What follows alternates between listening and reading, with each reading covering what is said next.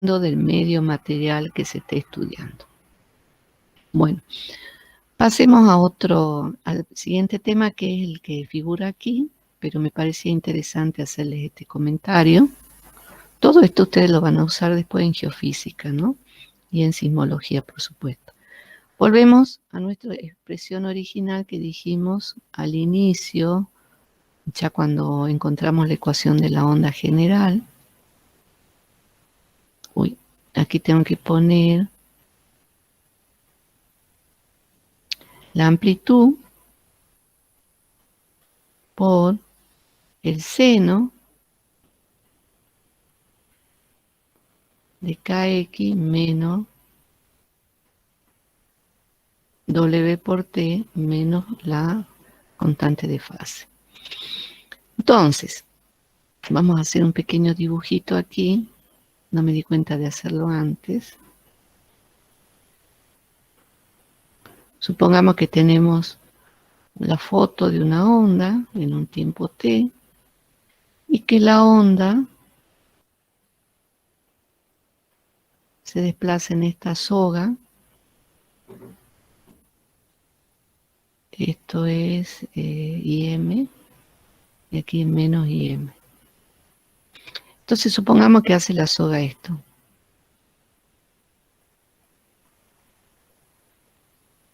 ¿Sí?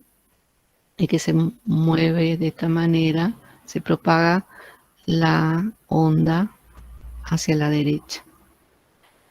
Un punto de la cuerda, y eso es lo que tenemos que interpretar ahora, desde aquí hasta esta otra posición es la longitud de la cuerda.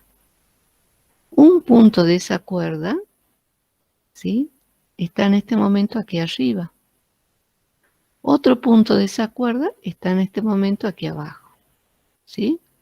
Entonces, en otro instante de tiempo, si sacáramos la foto en otro instante de tiempo, este puntito, este elemento de la cuerda haría este movimiento, de va y ven, va y vuelve, ¿sí? Un movimiento armónico simple que se le llama, va y viene, ¿sí?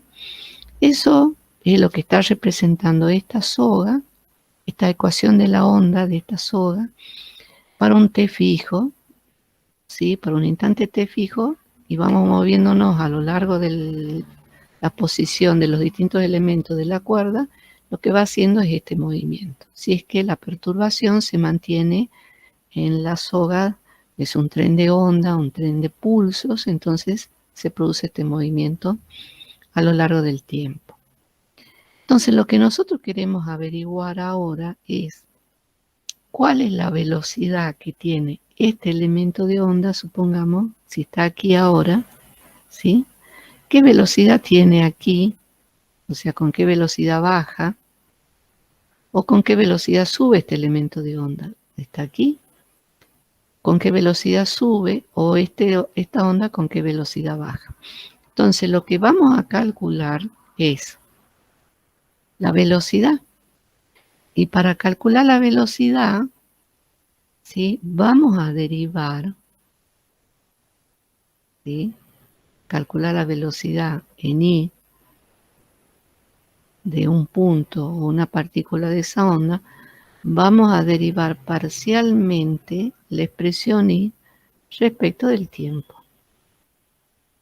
O sea, la expresión I, la ecuación de la onda con respecto a la variable tiempo.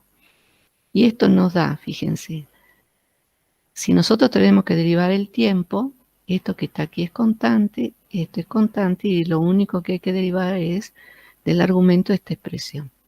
Entonces, IM es una constante, queda igual. Ahora derivamos el seno, cuya derivada es el coseno, y tengo que ponerlo tal cual, coseno de kx menos omega t menos phi. Y ahora tengo que derivar el argumento, y lo que dijimos que hay que derivar es esto, menos omega por t. Entonces nos va a quedar directamente menos omega. Entonces, esto que está aquí es la expresión de la velocidad en el eje Y en función de la posición y del tiempo. O sea que esta partícula se va a ir subiendo. Si yo tengo el valor de x para un instante de tiempo t, puedo calcular con qué velocidad sube o con qué velocidad desciende, ¿sí?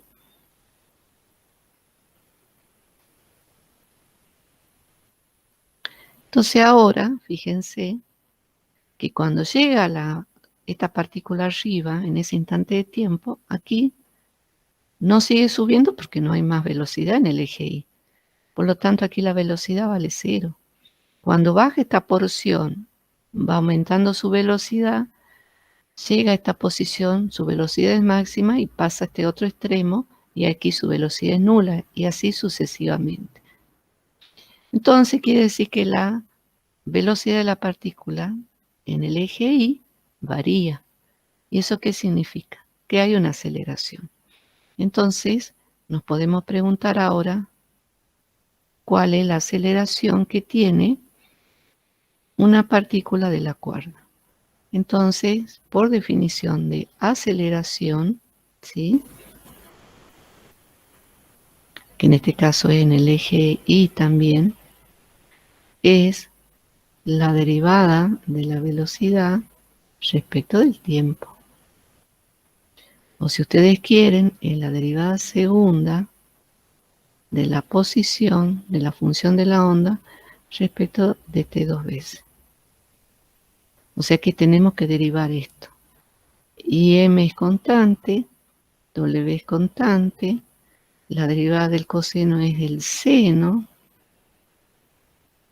de k por x menos omega por t menos phi. Aquí tenemos un signo menos, que es este, y tenemos que derivarlo de adentro con respecto a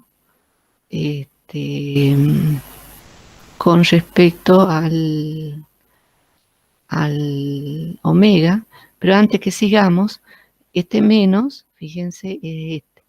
Cuando derivamos coseno, nos queda menos el seno, o sea que esto nos va a quedar más, ¿sí?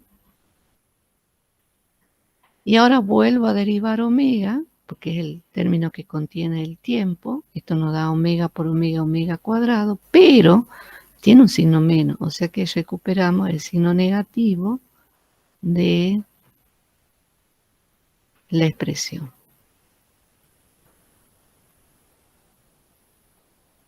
O sea que aquí nos queda menos. Entonces ahora observen. Y m por el seno de kx menos omega t menos phi, ¿sí?, es la expresión original de y, de la onda sinusoidal. Entonces esto nos va a quedar menos omega cuadrado por y, por la expresión y. Y esta es la aceleración que tiene la partícula cuando está de una cuerda, cuando está sometida a un movimiento ondulatorio de una expresión que en este caso depende de la función 0. Entonces, fíjense que la aceleración tiene signo contrario a I, ¿sí? Entonces, cuando está aquí positivo, la aceleración va hacia abajo, y cuando está aquí negativo, la aceleración es hacia arriba, positiva. Les dejo a ustedes el control también de las unidades. Seguimos. Seguimos con, y este es el último tema que vamos a ver hoy, la ecuación de la onda lineal, ¿sí? Volvemos a la suposición que tenemos una porción de soga. Fíjense, este sería un diferencial de L de esa soga, que el movimiento ondulatorio es hacia la derecha, y vamos a tomar la proyección de esa porción de onda y vamos a hablar de un diferencial de X. Entonces aquí tenemos representada la posición de la soga o de la cuerda y aquí la altura que nos está dando el movimiento ondulatorio. Como dijimos anteriormente, se deforma la soga, se estira, De manera que en esta porción de la soga está actuando hacia la izquierda una fuerza F y hacia la derecha una fuerza F también, F'. Pero no es que se mueva la soga, no es que la porción se desplace hacia la derecha o hacia la izquierda, ¿sí?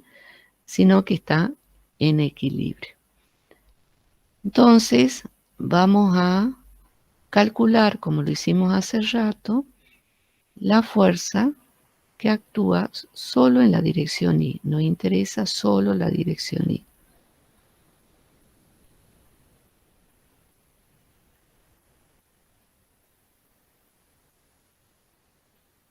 Y va a ser igual, fíjense. A F, ¿sí? Aquí apunta hacia arriba, ya tengo la componente en X, y aquí hacia arriba una componente Y. Y para este otro tenemos de nuevo aquí arriba una componente X y hacia abajo la componente Y.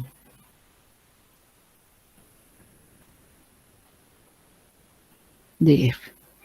Entonces está actuando solo en el eje Y, F'I, ¿sí?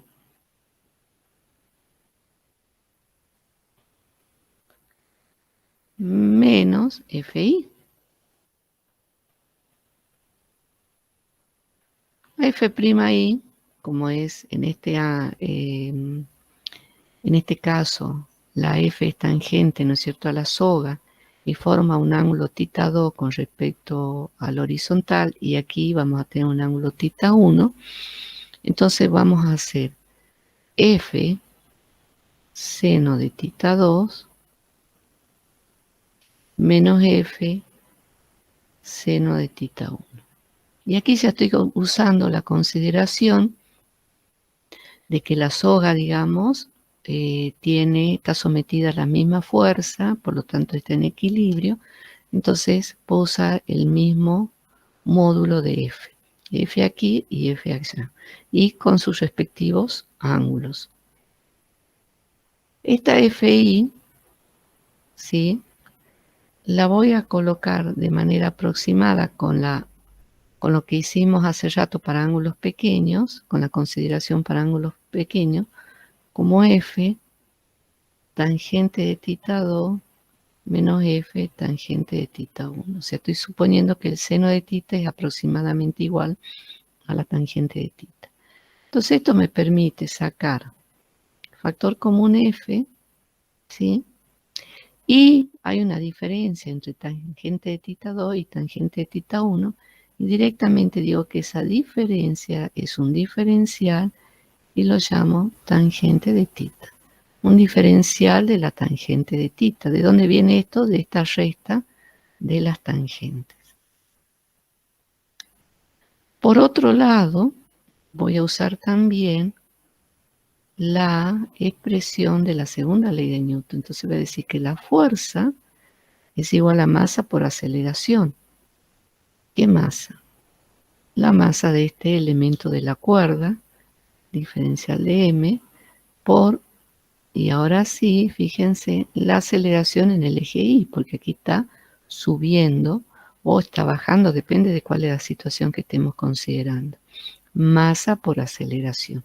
Ya no tengo el semicírculo aquí o la semicircunferencia, estamos tomando una porción más chica. Entonces digo diferencial de masa por aceleración según I. Y este elemento de masa también lo vamos a expresar como mu, y voy a tomar aproximadamente igual al diferencial de X por la aceleración según I. Entonces esto que está aquí me está dando el diferencial de masa. Estas dos expresiones finales las vamos a igualar, entonces nos va a quedar F por el diferencial de la tangente de θ igual a mu por el diferencial de X por la aceleración según el eje Y de esa porción de cuerda. voy a juntar en el primer miembro, respetando las operaciones, este diferencial de la tangente de θ sobre el elemento X, y del otro lado nos va a quedar mu sobre F por la aceleración según el eje Y. Vamos a recordar algunas cosas. Si yo aplico el límite, ¿sí?, del diferencial de la tangente de θ respecto de X, cuando ese diferencial de X tiende a 0, cuando ese elemento de X tiende a 0, esto sería igual, y ahora voy a poner así, miren, la tangente de θ, ¿sí?, en una función, en una gráfica, es la pendiente de la gráfica, ¿sí? Entonces, la pendiente de una gráfica, si ustedes se acuerdan, es la derivada de la función y con respecto a X. Pero nosotros tenemos aquí una función, ¿se acuerdan cuando hablábamos de la onda? Es una función que depende de dos variables, de X y de T. Entonces, cuando hablo de la pendiente, voy a hablar de la derivada parcial de Y respecto de X sobre el diferencial o el elemento de X cuando ese elemento de X tiende a 0. Y esto lo que me está dando, estoy considerando un elemento de la cuerda muy chiquito, es la derivada segunda de Y con respecto a X dos veces. Eso por un lado. Por otro lado, nosotros vimos que B es F sobre la densidad lineal de masa, B cuadrado. Porque aquí había una raíz, ¿se acuerdan? Entonces, si yo paso mu para allá, mu para el primer miembro, F para el primer miembro, de este lado nos queda 1 sobre B cuadrado. O sea que este mu sobre F es 1 sobre B cuadrado. Entonces vamos reemplazando. Este primer miembro es la derivada segunda de Y con respecto a X dos veces, igual. Esto que está aquí es 1 sobre B cuadrado.